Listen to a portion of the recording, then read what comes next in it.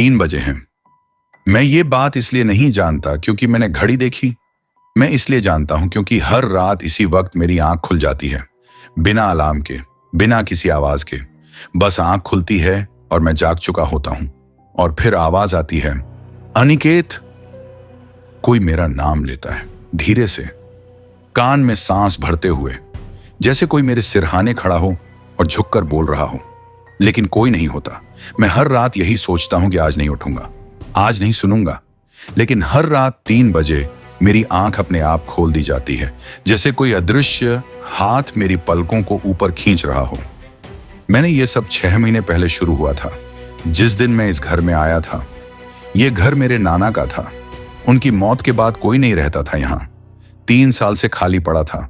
मैंने सोचा, शहर का वो छोटा सा कमरा जहां हर दीवार से पड़ोसी की आवाजें आती हैं, और ये पूरा घर, 2 कमरे, एक आंगन और एक बरामदा जहां नाना बैठकर चाय पिया करते थे। आसान सा फैसला लगा। मैं अकेला हूं, वैसे भी मां नहीं रही, पिताजी, उनकी कोई नई दुनिया है, मेरी उसमें जगह नहीं। दोस्त कहने को तो हैं, लेकिन असल में कोई नहीं। ये घर मुझे वैसे भी अपनेपन का एहसास दे रहा था। नाना की पुरानी किताबें, दीवार पर लगी तस्वीरें और वो खामोशी जो शहर की भागम भाग से थक चुके कानों को सुकून देती थी। पहले 3 दिन सब ठीक था। चौथी रात को मैं 3 बजे उठा। पहले तो मुझे लगा कोई सपना देखकर उठ गया हूं। फिर आवाज आई, इतनी साफ, इतनी करीब कि मैं चौंक कर उठ बैठा। अंधेरा था, खिड़की से चांदनी आ रही थी, पर उतनी नहीं कि कुछ साफ दिखे। मैंने कमरे में देखा, कोई नहीं। सोचा, भ्रम है। शहर से गांव आया हूं, नई जगह, मन में तरह तरह के ख्याल। अगली रात फिर 3 बजे, फिर आवाज, अनिकेत। ये बार आवाज थोड़ी तेज थी, जैसे कोई मेरे बिल्कुल करीब आ गया हो। मैंने फिर देखा, कमरा खाली था, लेकिन इस बार मैंने कुछ और महसूस किया। ठंडक, ऐसी ठंडक जो हवा से नहीं बल्कि कहीं भीतर से आ रही थी, मेरे सीने में, मानो कोई मेरे अंदर सांस ले रहा हो। मैंने घर छोड़ने का सोचा, पर सुबह होते होते वो डर कहीं गायब हो जाता। धूप में यह कमरा बिल्कुल साधारण लगता।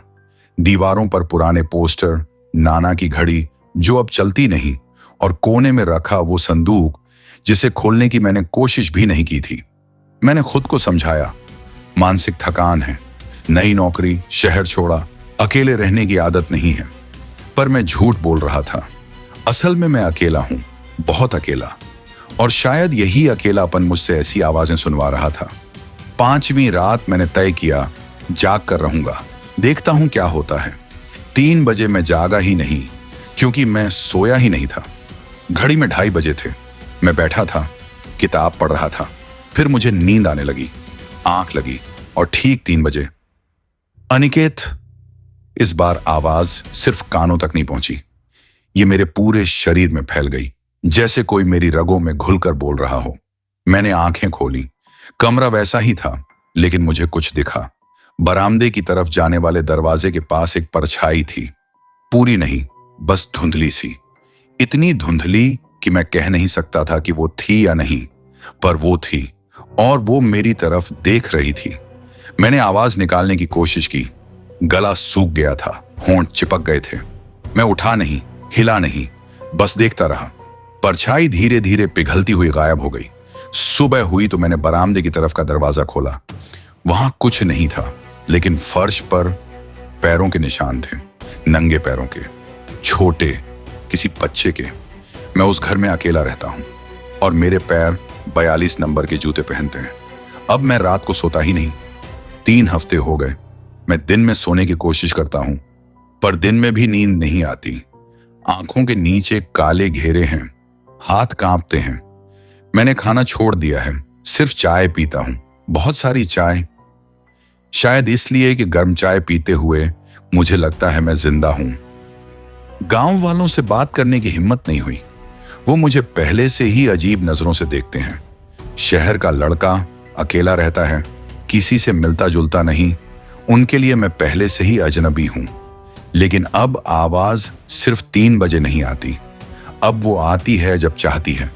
कल दोपहर में मैं बरामदे में बैठा था, धूप तेज थी, गर्मी से फर्श तप रहा था।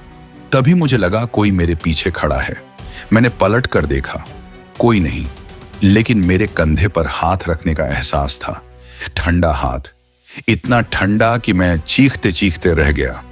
मैंने उस दिन नाना के संदूक को खोलने का फैसला किया। संदूक पुराना था, लकड़ी का, जिस पर नक्काशी की गई थी। ताला लगा था, पर जंग लगने से वो ढीला हो गया था। मैंने खोला। अंदर कुछ पुरानी किताबें थीं, कुछ कागजात और एक डिब्बा। डिब्बे में एक तस्वीर थी। तस्वीर फटी हुई थी। उसमें एक औरत थी और एक छोटा बच्चा। औरत का चेहरा कटा हुआ था, जैसे किसी ने जानबूझकर फाड़ दिया हो। बच्चे का चेहरा साफ दिख रहा था। लड़का शायद 4-5 साल का। आंखें बहुत बड़ी थीं और वो सीधा कैमरे में देख रहा था, लेकिन उसकी निगाह में कुछ था, कोई बात जो वो कह नहीं सकता था। तस्वीर के पीछे लिखा था, रिया और आरव 2012। मैंने नाम पढ़ा तो मेरे हाथ ठंडे हो गए। रिया, ये नाम मैंने कहीं सुना था, नाना के मुंह से। बहुत पहले वो कभी कभी बुदबुदाते थे, रिया माफ कर देना बेटा, और फिर चुप हो जाते। मैंने गांव के एक बुजुर्ग से पूछा। उनका नाम बाबू ठाकुर था, नाना के पुराने दोस्त। उनसे मिलने में मुझे 3 दिन लग गए, क्योंकि मैं खुद से लड़ रहा था, पूछूं या ना पूछूं। बाबू ठाकुर ने मुझे देखा तो पहचान लिया। अनिकेत, तू आ गया उस घर में? मैंने हाँ कहा। उनका चेहरा बदल गया। उन्होंने कहा, बेटा वो घर खाली ही रहने देता। मैंने पूछा क्यों? वो चुप रहे, फिर बोले, तेरी नानी नहीं मरी थी बीमारी से। मेरे पैरों के नीचे की जमीन खिसक गई। मैंने हमेशा सुना था कि नानी की मौत बीमारी से हुई थी। मैं उनसे कभी मिला नहीं था। मां के जन्म के कुछ साल बाद ही वो चल बसी थी। बाबू ठाकुर ने बताया, नानी का नाम रिया था और उनकी मौत उसी घर में हुई थी, उसी कमरे में जहां मैं सोता हूं। कैसे? मेरी आवाज कांप रही थी। बाबू ठाकुर ने मेरी तरफ देखा। उनकी आंखों में डर था, बूढ़े आदमी की आंखों में वैसा डर जो सिर्फ वो जानते हैं जिन्होंने कुछ देखा हो। उन्होंने कहा, वो बात नहीं बताई जाती बेटा, पर इतना जान ले, तेरे नाना ने जो किया था उसकी सजा अब भी उस घर में रहती है। और तू बिल्कुल उसी जैसा दिखता है जैसा आरव दिखता था। आरव, तस्वीर वाला बच्चा। आरव कौन था? मैंने पूछा। बाबू ठाकुर ने सिगरेट सुलगाई, हाथ कांप रहा था। तेरा मामा, तेरी मां का छोटा भाई, जो पैदा होते ही मर गया था। मैं चुप था। या फिर यही कहानी है। वो उठकर चले गए, मुझे अकेला छोड़कर। मैं घर लौटा तो अंधेरा हो चुका था। घर के अंदर कदम रखते ही मुझे पता चल गया, कोई यहां था। हवा में वो ठंडक थी, वो गंध थी, चंदन और मिट्टी की मिली हुई गंध।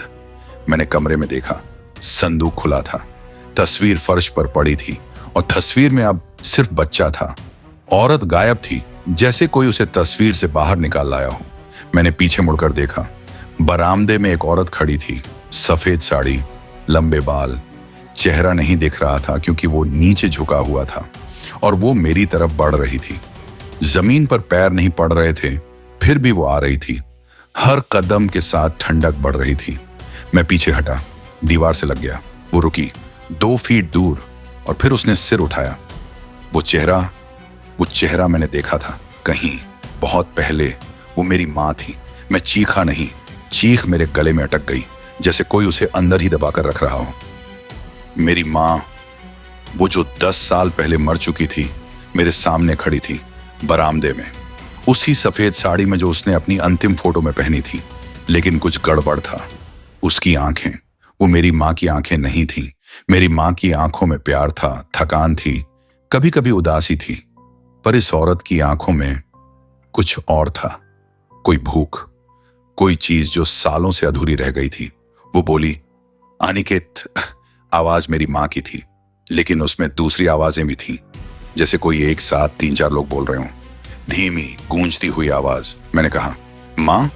उसने सिर हिलाया धीरे से और फिर उसके होंठ हिले, पर आवाज नहीं आई, जैसे वो कुछ कहना चाह रही थी, पर कोई उसे रोक रहा था। फिर मैंने देखा, उसके पीछे एक और परछाई थी, छोटी, बच्चे की, वही परछाई जो मैंने पहली रात देखी थी। वो मेरी माँ के पीछे खड़ी थी और उसका हाथ मेरी माँ की साड़ी को पकड़े हुए था। मैंने उस बच्चे की तरफ देखा, उसने मेरी तरफ देखा और वो मुस्कुराया। वो मुस्कान, उस मुस्कान में कोई खुशी नहीं थी। वो मुस्कान कह रही थी, मैं तुम्हें पा लूंगा। मैं भागा, कमरे में घुसा, दरवाजा बंद किया और पीठ से लगकर बैठ गया। सांसें तेज थीं, दिल धड़क रहा था जैसे फट जाएगा। मैंने आंखें बंद कर लीं। खोलने की हिम्मत नहीं थी, लेकिन आवाजें बंद नहीं हुई। बाहर से आवाजें आ रही थीं, रोने की, बहस की, किसी औरत की चीखने की, और बीच बीच में एक आदमी की आवाज, तेज, गुस्से से भरी। मैं पहचान गया वो आवाज। नाना। मैंने दरवाजे पर कान लगाया। आवाजें साफ हो गई। नाना चिल्ला रहे थे, तू कहीं नहीं जाएगी, ये बच्चा भी नहीं जाएगा, मेरा खून है, मेरे पास रहेगा। और फिर एक औरत की आवाज, ये तेरा खून नहीं है, तूने मेरे साथ। आवाज टूट गई। फिर सिर्फ रोना था। और फिर एक छोटे बच्चे की आवाज, माँ दरवाजा खोलो ना, मुझे डर लग रहा है। मैंने दरवाजा खोल दिया। बाहर कुछ नहीं था, खाली बरामदा, खाली आंगन। बस वो ठंडक थी और फर्श पर फिर से पैरों के निशान, पर इस बार दो जोड़ी, एक छोटे बच्चे के और एक औरत के। दोनों बरामदे से शुरू होकर मेरे कमरे तक आए थे और फिर वापस नहीं गए थे। मैंने देखा निशान मेरे बिस्तर तक आते हैं और वहीं खत्म हो जाते हैं। मैंने उस रात घर छोड़ दिया। गांव के एक होटल में रुका, पर नींद नहीं आई। हर बार आंख बंद करता, वही आवाजें, वही नाम। अनिकेत। सुबह मैं बाबू ठाकुर के पास गया। उन्होंने मेरा चेहरा देखा और समझ गए। दिख गया ना? मैंने सिर हिलाया। उन्होंने एक पुरानी डायरी निकाली, नाना की, मुझे दे दी। ये पढ़ ले, फिर समझ जाएगा क्यों तुझे वो आवाजें सुनाई देती हैं और क्यों तू उस घर में आया ही क्यों था। मैंने डायरी खोली। पन्ने पीले पड़ चुके थे। लिखावट टूटी फूटी थी, जैसे कांपते हाथों से लिखी गई हो। पहले पन्ने पर लिखा था, मैंने रिया को मारा नहीं था, मैंने उसे कैद किया था, और वो कैद इतनी गहरी थी कि वो मर गई। पर उसकी मौत के बाद भी वो उस घर से बाहर नहीं निकली, और न ही आरव निकला, क्योंकि आरव मैंने उससे छीन लिया था। अगला पन्ना फटा हुआ था बीच से। मैंने आगे पढ़ा। आरव रिया का बेटा था, मेरा नहीं, मुझे पता था, पर मैंने उसे अपना नाम दे दिया, उसे कभी बाहर नहीं जाने दिया। रिया भागना चाहती थी अपने बच्चे को लेकर, तो मैंने दरवाजे बंद कर दिए, ताले लगा दिए। 3 दिन तक वो कमरे में बंद रही, आरव के साथ। तीसरे दिन वो चुप हो गई थी। चौथे दिन मैंने दरवाजा खोला तो लिखावट यहां पूरी तरह टूट गई थी। उसके बाद सिर्फ एक लाइन लिखी थी, आरव अब भी उसी कमरे में है और अब वो रिया के साथ है, हमेशा के लिए। मैं डायरी बंद करके रख दी। बाबू ठाकुर ने कहा, समझ गया?